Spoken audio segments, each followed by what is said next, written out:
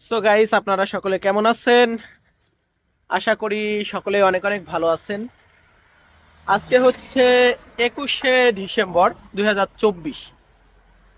আমরা মাত্রই হচ্ছে রুম থেকে বেরোলাম। ভাই, ভিডিও করার সময় পাই না, একদম প্রতিদিন ভোরবেলা যাই কাজে, আর আসি যে সময় ওই সময়ে অনেকটা অন্ধকার হয়ে যায়, তো ভিডিও করা হয় না। তো আজকে আমি যে বিষয়টা নিয়ে আলোচনা করব সেটা হচ্ছে আমি কিভাবে হাঙ্গেরিতে আসলাম। অনেকেই জানতে চান কত সময় লেগেছে, কত টাকা লেগেছে, ইত্যাদি বিষয়ে আজকে আমি আলোচনা করব। তো আমি ফার্স্টেই বলি, আমার নাম হচ্ছে তন্ময়। আমি বাংলাদেশ থেকে এসেছি, তিনজন এসেছি আমরা হাঙ্গেরিতে। ফার্স্ট হচ্ছে আমরা একটা ওয়ার্ক পারমিট ম্যানেজ করি, মানে আমাদের তো কন্ট্যাক্ট করা হয় একটা লোকের সাথে যে এত টাকা দিব, সে আমাদেরকে হাঙ্গেরিতে এনে দিবে। তো হাঙ্গেরিতে না, আমরা ফার্স্টে জমা দিয়েছিলাম হচ্ছে লিথুনিয়ার জন্য। আমরা বাংলাদেশ থেকে লিথুনিয়াতে আসব। তারপরে লিথুয়ানিয়ার জন্য আমরা জমা দেই, সাথে 60,000 টাকা জমা দেই ওয়ার্ক পারমিটের জন্য। যে বাকি টাকা হচ্ছে দিব আমাদের ওয়ার্ক পারমিট আসলে, এম্বাসির ডেট পড়লে কিছু টাকা দিব, বা ভিসা হওয়ার পরে সম্পূর্ণ টাকাটা দিব, এমন আমাদের কন্ট্যাক্ট হয়। তো লিথুয়ানিয়ার জন্য 3 মাসের মতো ওয়েট করি, কোনো কিছু আসে না। দেন হচ্ছে তারা জমা দেয় ক্রোয়েশিয়ার জন্য, যে তোমার ফাইলটা ক্রোয়েশিয়াতে দিয়ে। আমরা বললাম আচ্ছা ঠিক আছে, আমরা তো ইউরোপে আসার জন্য জমা দিয়েছি, সেটা যে দেশই হোক। তো ক্রোয়েশিয়ার জন্য দিলাম, হলো না। তারপর দিলাম মেসোডোনিয়া। তো আমরা এভাবেই এক একটা দেশের জন্য দিলাম, এবং দিতে দিতে শেষমেশে হচ্ছে আমাদের হাঙ্গেরির ভিসাটা, মানে হাঙ্গেরির ওয়ার্ক পারমিট আসলো। হাঙ্গেরির জন্য ফাইল জমা দেওয়ার 10 দিন 15 দিন পরে আমরা পেয়ে গেছি work permit. And work permit পাওয়ার পরে দেশে একটু ঝামেলা হয়। আমাদের দেশে যখন ছাত্ররা আন্দোলন করলো, বা এই সময় বাংলাদেশ থেকে শেখ হাসিনা ইন্ডিয়াতে চলে আসলো, সেই সময় এই ঝামেলার জন্য এম্বাসি টেম্বাসি সব কিছুই বন্ধ হয়ে যায়। প্রায় 3 মাসের মতো আমরা কোনো এম্বাসি ডেট পাইনি। আমাদের যে ফাইলটা, এর 3 মাস পরে হচ্ছে আমরা এম্বাসি ডেট পাই। এম্বাসি ডেট পর ভাই 18 দিনে আমার ভিসাটা হয়েছে, মানে আমার ভিসাটা খুব দ্রুত হয়েছে। আর 23 দিনে আমি হাতে ভিসা পেয়েছি হাঙ্গেরির। তার পরবর্তীতে হচ্ছে আসতে আসতে আরও 1 মাস লেগে যায়, ভিসা হাতে পাওয়ার পরেও 1 মাস 1.5 মাসের মতো লেগে যায়। অ্যান্ড 12ই ডিসেম্বর আমরা হাঙ্গেরিতে এসেছি। আসার 2 দিন পরে আমরা টিআরসি কার্ড হাতে পেয়ে গেছি। ফার্স্টে যেদিন কাজে জয়েন দিয়েছি, ফার্স্টে যেদিন কাজে জয়েন দিয়েছি ওই দিনে আমরা টিআরসি কার্ড পেয়ে গেছি। অনেকে আমাকে বলেন যে ভাই তুমি কোন এজেন্সির মাধ্যমে গেছো? তো আমরা যে এজেন্সির মাধ্যমে এসেছি, আমাদের এজেন্সির নাম হচ্ছে স্কাই এশিয়া।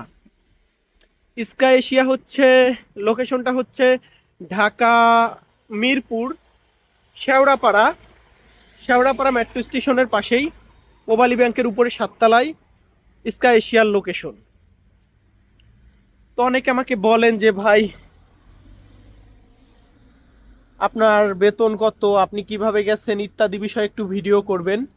ভাই ভিডিও করব, সময় তো নাই, সময় পাই না। দেখুন, আমি বাংলাদেশ থেকেই ইউটিউবের টাকা দিয়েই 50% কভার করেছি আমার এই দেশে আসার টাকা।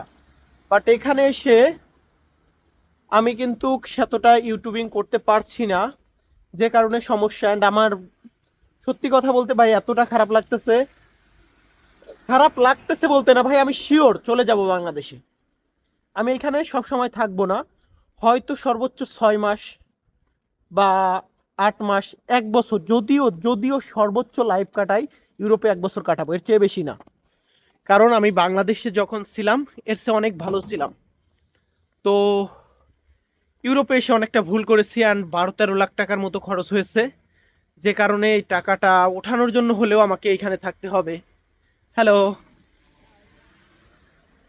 তো যাই হোক ভাই, ফ্যামিলি থেকে যেহেতু টাকা পয়সা নিয়ে আইছি, সবাইকে টাকা পয়সা তো শোধ দিতে হবে।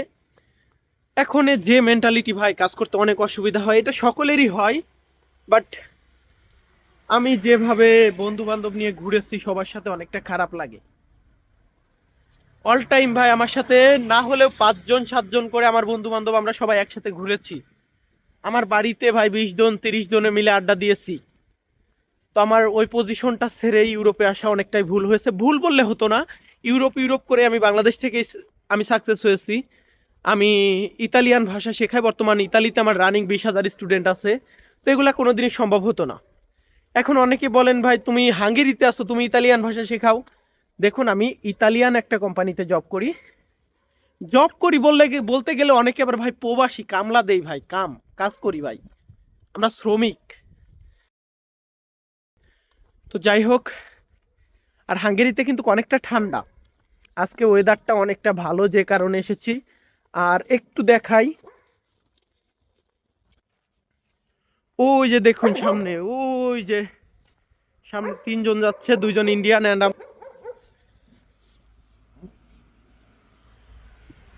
2 জন ইন্ডিয়ান অ্যান্ড আমাদের বাংলাদেশি একজন আছে। তো আমরা হচ্ছে যাচ্ছি, টেস্কো মার্কেটে যাচ্ছি, একটু কেনাকাটা করতে হবে, 15 দিন ছুটি, তো কেনাকাটা করে রাখতে হবে। তো একটি কথা বলি ভাই, হাঙ্গেরিতে যারা ইউরোপের জন্য চেষ্টা করতেছেন, হাঙ্গেরির জন্য চেষ্টা করতেছেন, আসেন, ভালো কথা। বাট আমার মতো মানুষের জন্য ভাই এই প্রবাস জীবন না, আমার জন্য না। আমার জন্য বেশি প্রবা এই বিদেশ সবার জন্য ভাই ভালো লাগে না, ঠিক আমারও না। এখানে টাকা আছে, সব আছে, বাট কাছের মানুষ নাই, বন্ধু বান্ধব নাই। তো যাই হোক, টাকা দেশেও কামানো যাবে, এখানেও কামানো যাবে। আরেকটি কথা, এখানে যারা বিদেশ আসতে চান বলেন আমাকে যে ভাই কিভাবে গিয়েছেন, কত টাকা খরচ হয়েছে।